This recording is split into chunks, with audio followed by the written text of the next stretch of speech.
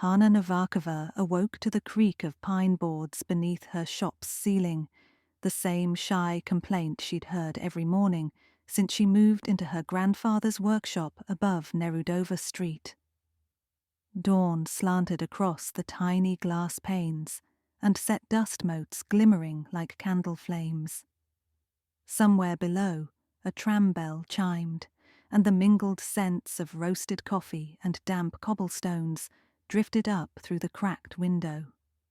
She stretched, tied her raven hair with a strip of linen, and descended the narrow staircase that opened into Novak Marionette. Even after 26 years in Prague, the workshop still felt enchanted. Rows of carved heads stared down from the rafters, half-painted faces caught mid-expression, while polished torsos and dangling limbs waited patiently on pegs. The hush was almost chapel-like until Hana flicked on the old brass lamp and the automaton clock on the far wall ticked to life. Today she expected a delivery of raw hemp strings from northern Bohemia, the strongest available for larger puppets. The timing was perfect. In 3 weeks the city would host the St. John's Lantern Festival, and tourists would crowd the old town square. Her star puppet, a dashing astronomer named Tycho, needed new strings before the first rehearsal. A rap sounded on the door. "Dobry den," called the post courier. Hana signed, hauled the long wooden crate onto her central table, and split the lid with a mallet. Inside lay 4 coils of thick cord, bundled in parchment. She tugged one free, then frowned. The fibers glittered faintly, each strand touched with silvery powder, like frost in moonlight. She rubbed forefinger and thumb together. The dust felt cool and oddly heavy. Powdered mica? But that wouldn't be shipped with hemp. She examined the parchment wrapper. Someone had marked an almost invisible emblem in pencil, a rising sun bisected by a line. Hana set the coil aside and retrieved a magnifying loupe. Under glass, the powder revealed tiny metallic flakes, most a muted grey, but some with pale violet highlights. She remembered her grandfather's tales of stannite dust used by clockmakers, though that always showed coppery reds. This was different. A soft knock interrupted her thoughts. Joseph Kral, her elderly neighbour, shuffled in holding 2 paper cups. "I smelled sawdust and birch varnish," he joked, handing her coffee. "Anything interesting this morning?" Hana pointed to the sparkling coil. "Have you ever seen hemp like this?" Joseph adjusted his spectacles, sniffed the fibres, then tapped a speck onto his palm. "Too dense for mica, and look, no residue on the skin. It's heavier." He pondered a moment. "Reminds me of tellurium filings. Used in special alloys, but why on puppet strings?" Hana shrugged. "That's the mystery." She thanked him for the coffee, and after he left, she wound the cord through Tycho's arm rings. Silvery flakes drifted onto the workbench. Could the dust weaken the fibre? If the astronomer fell during performance, children would cry and cameras would flash. She would rather replace the strings entirely. But first, answers. That afternoon, she brought a small vial of the dust to the Charles University chemistry lab where her cousin Radek worked. He ran a quick spectrometer test. "You're right," he told her, brows high. "Tellurium traces, but mostly bismuth. The ratio is uncommon, similar to an alloy used in precision clock gears before World War I. Radek scratched his head. "Where did you say you found this?" Hana hesitated. "Exactly where I shouldn't have." She left the university unsettled. Precision clock gears. Old Town's astronomical clock, the Ore Lodge, had undergone painstaking restoration last year. If someone pilfered original parts, they would fetch fortunes on the international antiquities market. and Prague had recently reported an attempted theft. A small subsidiary gear had disappeared from a storage cage behind the clock tower, though police announced little else. Hannah remembered reading the brief notice sandwiched between spring fashion adverts. Could the missing gear be coated with this alloy? If smugglers hid it among puppet materials, her shipment might be only one leg of the trail. The next morning she visited Bella and Sons, the supply house that sent the crate. The showroom glittered with varnished birch, brass hinges, and velvet stage curtains. Behind the counter, young Peter Biela greeted her with practiced cheer. When Hannah asked about the hemp, his smile faltered. "Our North Bohemia partner exported it," he said, shuffling invoices. "Konvalinka Farms. They've served Marionette studios for decades."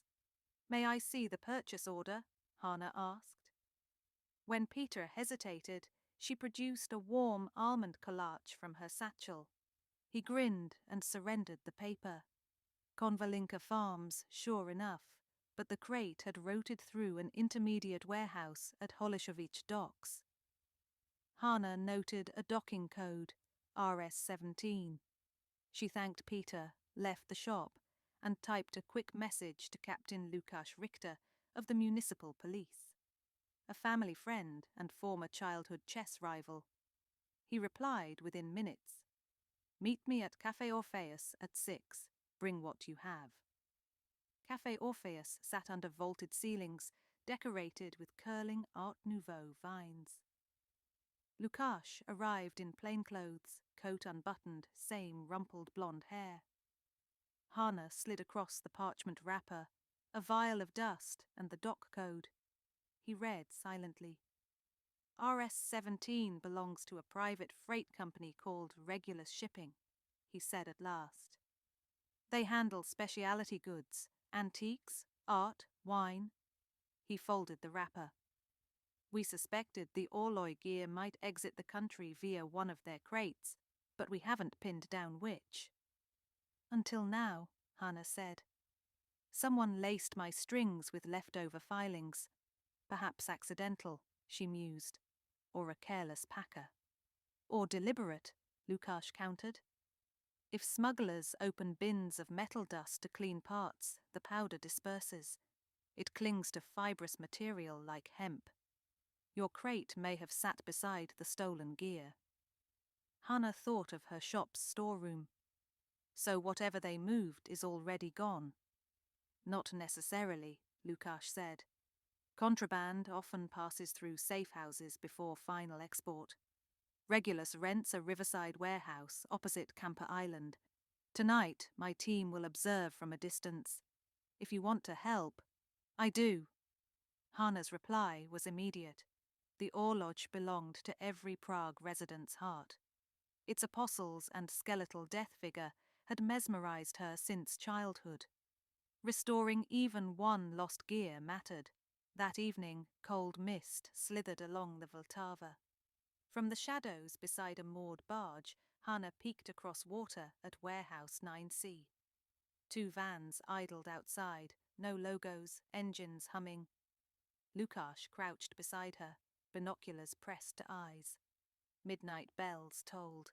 A man emerged, wheeling a wooden trunk topped by a marionette's painted head, red cheeks, jester cap, bells tinkling. He loaded it into the second van.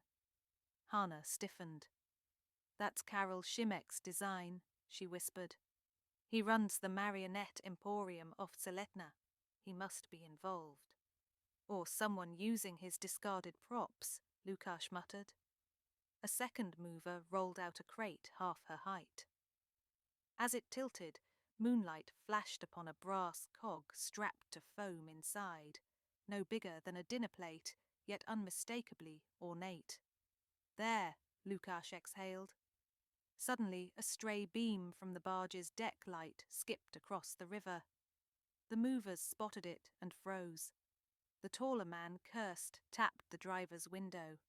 Tires squealed, the vans roared away. Lukasz signalled his team, but traffic lights and midnight delivery trucks masked pursuit.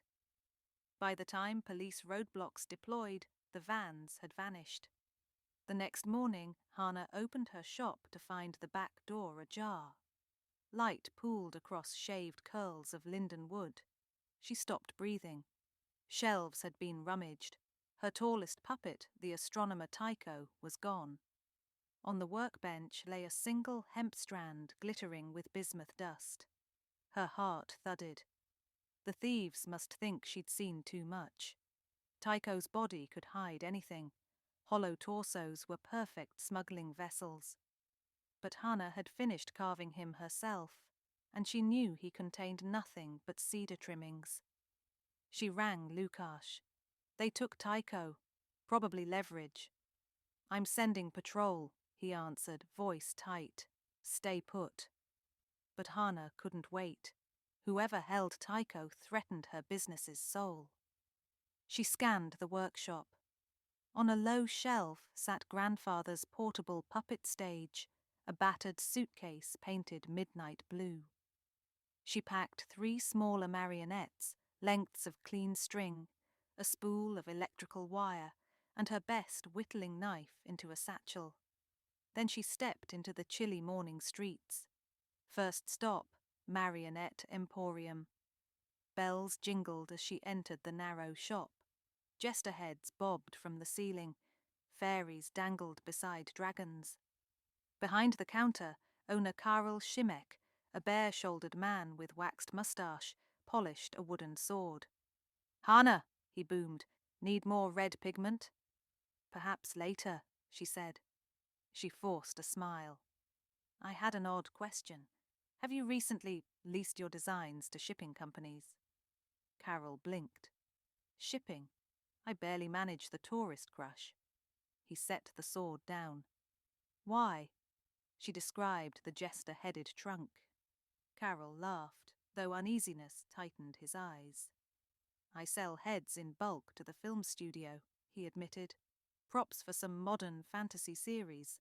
They collected 15 last week. Do you have receipts?" He produced a contract. 14 jester heads, plus 1 large 2-compartment trunk painted carnival stripes. "Buyer's agent, Sunline Productions." Hannah pointed. "That emblem, sun over a line. It matches the wrapping on my dusty strings." Sunline Productions, she suspected, was a front. She phoned Lukash, relaying the clue. He promised to cross-reference business licenses, then urged her again to stay somewhere safe. Hannah agreed, then promptly caught tram number 22 toward Vyšehrad, the hilltop castle ruins. She had a hunch. Regulus's vans had vanished southward after the chase. Vyšehrad hosted abandoned casemates, tunnels ideal for hiding crates. Tourists rarely strayed inside during winter drizzle. At the fortress gate, she unfolded a map marking maintenance roads. Echoing footsteps approached. She ducked behind a crumbling wall just as 2 men trudged by, lugging Tycho's lanky frame between them. His star-speckled cloak fluttered. One arm jerked as a string caught on a boot. Hannah bit her tongue. The men rounded a corner into the Leopold Bastion's cellar door, unlocked it, disappeared. She slipped after them, pausing to let her eyes adjust. The chamber smelled of chalk, damp stone, and machine oil. Wooden crates stood stacked like sentries. In the center, under a single bulb, Tycho lay on a workbench. A stranger, the tall mover from the warehouse, adjusted Tycho's torso with a screwdriver. "Careful," his partner chided. "We leave in an hour. Boss wants the gear out of the city by sunset." Gear. They were using Tycho as decoy packaging. Hannah's gut twisted. She retreated up the steps, heart hammering, and dialed Lukash. No signal under stone. She breathed slowly. She had to delay the thieves until help arrived.